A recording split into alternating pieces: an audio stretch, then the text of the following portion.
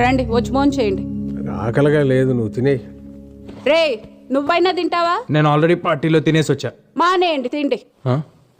అమ్మకి చెప్పే వెళ్ళాను కదా నా పార్టీకి. I just don't get her sometimes. రే నీకు ఇష్టమని సాంబార్ రైస్ చేశాను, ఆకలి లేకపోయినా తిను, యాషాలేమాక. అమ్మ నాకు అసలు అర్థం కాదు నాన్న. ఇప్పుడే తిట్టింది, మళ్ళీ ఫుడ్ అంట. మెంటల్. అమ్మలు అంతేరా, వెంటలే మనకి తిండి పెడతారు, మనతోనే తిట్లు తింటారు.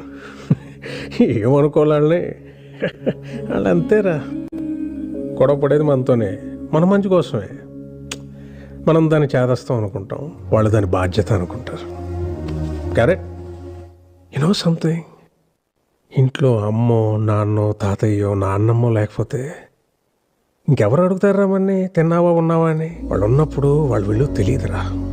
రేపు లేరనుకో, వాళ్ళు మనతో ఉన్న ప్రతి క్షణం చాలా విలువైందిరా.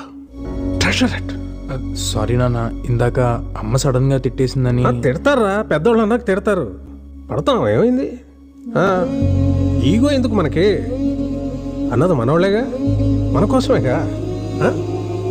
వాళ్ళు ఉన్నంత వరకేరా మన చిన్న పిల్లలు. వాళ్ళు పోతే మన బాల్యం కూడా వాళ్ళతో తీసుకుపోతారా.